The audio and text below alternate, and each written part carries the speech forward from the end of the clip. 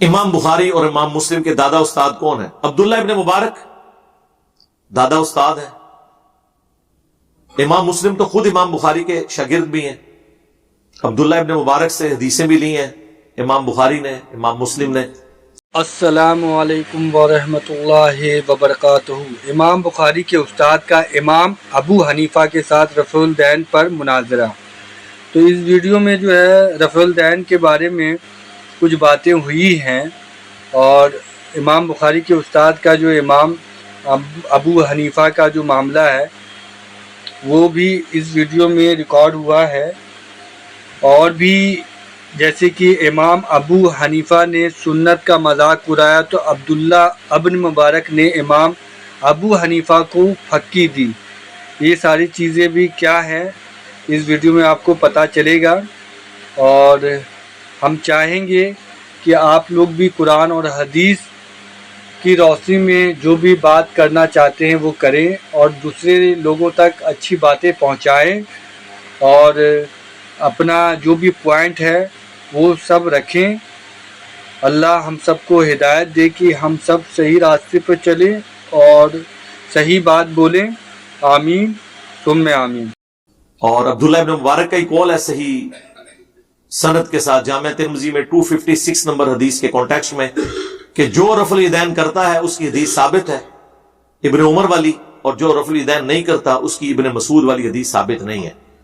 عبداللہ ابن مبارک 181 ہجری میں فوت ہوئے اور امام بخاری 194 میں پیدا ہوئے. یہ ان کے دادا استاد ہیں. عبداللہ ابن مبارک شاگرد ہیں امام حنیفہ رحمہ اللہ کے. شاگرد ان کے ہیں، لیکن رفع الیدین کے مسئلے میں وہ اپنے استاد کے ساتھ نہیں ہیں. بلکہ امام بخاری نے جز رفع الیدین میں ایک مناظرہ نقل کیا ہے عبداللہ ابن مبارک کا اپنے استاد امام حنیفہ کے ساتھ. جب امام حنیفہ نے سنت کا مذاق اڑاتے ہوئے یہ کہہ دیا سلام پھیرنے کے بعد کہ عبداللہ ابن مبارک سے کہ مجھے لگا تم نماز میں اڑنے لگے ہو جو تم بار بار یوں کرتے ہو. جب کوئی شخص سنت کا اس طرح مذاق اڑائے تو اس کا جواب بھی پھر پھکی سے دیا جاتا ہے. تو وہ پھکی عبداللہ ابن مبارک نے دی اور کہا کہ امام صاحب استاد جی رکو ذرا، صبر کرو. اگر آپ پہلا رفع الیدین کرتے وقت نہیں اڑے تو میں دوسرے اور تیسرے اور چوتھے کے اوپر کیوں اڑ جانا تھا میں نے. اس پہ امام حنیفہ خاموش ہو گئے. میں یہ نہیں کہتا کہ ان کی بولتی بند ہو گئی، پھر کہیں گے توہین کر دی. لیکن اس کے بعد جو امام بخاری نے کلاس لی ہے نا، اور انہوں نے جو جملے لکھے ہیں وہ اتنے سخت ہیں کہ جو لوگ سنت کے ساتھ یہ کریں ان کا حشر یہی کرنا چاہیے. اور پھر بڑی سخت الفاظ انہوں نے یوز کیے عبداللہ ابن مبارک کے حق میں امام حنیفہ کے خلاف. اور ظاہر ہے وہ سارے الفاظ سنت کی محبت میں تھے. یقین کریں یہ وہ ساری باتیں جو میں نے ڈسپلے کرائی ہیں، آپ کو میری گرفت کوئی نظر ہی نہیں آئے گی جو یہ بڑے بڑے امام نبی علیہ السلام کی محبت میں اپنے سے بڑوں کے اوپر کرتے تھے.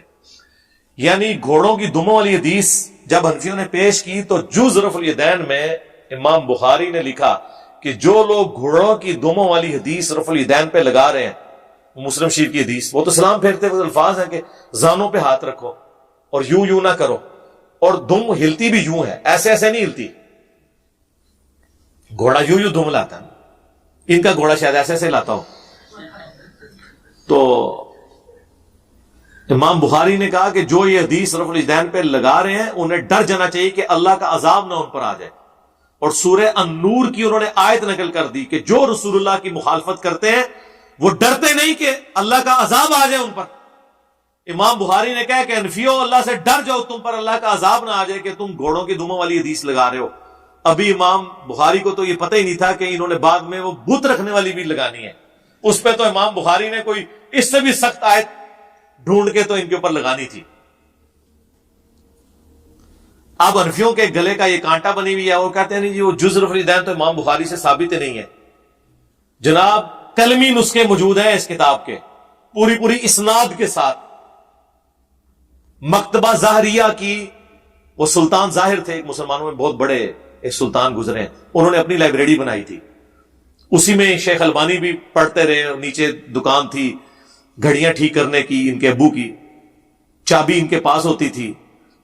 फालतू वक्त के ऊपर बैठे रहते थे, करते करते अल्लाह ने इतना इल्म दिया कि मुहद्दिसीन के उस्ताद बन गए। है वो घड़ी साज थे, यानी इंजीनियर। हां, कोई मदरसे से नहीं थे पढ़े। फिर बाद में खैर उन्होंने, जो ज़ाहिर अरबी उनकी अपनी नेटिव लैंग्वेज थी, तो मुहद्दिस आजम सऊदिया अरब बन गए वो, अल्बानिया से आके। और मुफ्ती आजम सऊदिया बिन बाज कहा करते थे कि इस नीली छतरी के नीचे अल्बानी से बड़ा कोई हदीस का आलिम नहीं है। इस दौर का इमाम बुखारी उन्हें कहा गया, शेख अल्बानी को। जिस तरह हम अजम में शेख जुबैर साहब को कहते हैं ना, तो अरब दुनिया में शेख अल्बानी को अल्लाह ने उनसे इतना बड़ा काम लिया। तो मकतबा ज़ाहरिया की बकायदा कलमी नुस्खे वाली जुज रफुल यदैन है, जिसपे शेख जुबैर साहब ने ताकीम लगा के मकतबा इस्लामिया से प्रिंट की है, जो हमारी वेबसाइट ahlesunnatpak.com पे उसका PDF रखा हुआ है। तो वो साबित है, शुरू में उन्होंने पूरी बहस की हुई है इसके ऊपर। और इमाम बुखारी ने क्या कमाल, पहले तो उसका मुकदमा लिखा है कि ये उन लोगों का रद्द है, ये उस मजहूल शख्स का रद्द है जिसने अजमियों की हदीस की नावाकफियत की वजह से रफुल यदैन ना करने की बिदअत इनमें जारी कर दी। मैं उस शख्स के खिलाफ ये किताब लिख रहा हूं कि जिन बेचारों को अरबी नहीं आती थी, हदीसों का पता नहीं था, उन अजमियों को, यानी नॉन अरब्स को, यानी हम लोग उस जमाने में भी अरबी रफुल यदैन करते थे, क्योंकि वहां पे मक्के मदीने से दीन आया हुआ था और अजमियों के पास दीन पहुंचा था गवालों के जरिए। तो खालिस दूध तो भैंस के नीचे से मिलता है, हाँ, गवाला तो मिलावट करके देता है। इसीलिए देखें, यहां लोग कह रहे मनसूख हो गया, और उधर इमाम काबा ऊंची अमीन भी कह रहा होता है, रफुल यदैन भी कह रहा। उन्होंने भी दसो ना जाके जिन्हें कुछ चंदे खांदे हो रियाल लैके कि छड़ दो मनसूख हो गया। वो कहेंगे अच्छा तुहानू खबर पहुंच गई, सानू तो इतने भी नहीं पहुंची हाले तक।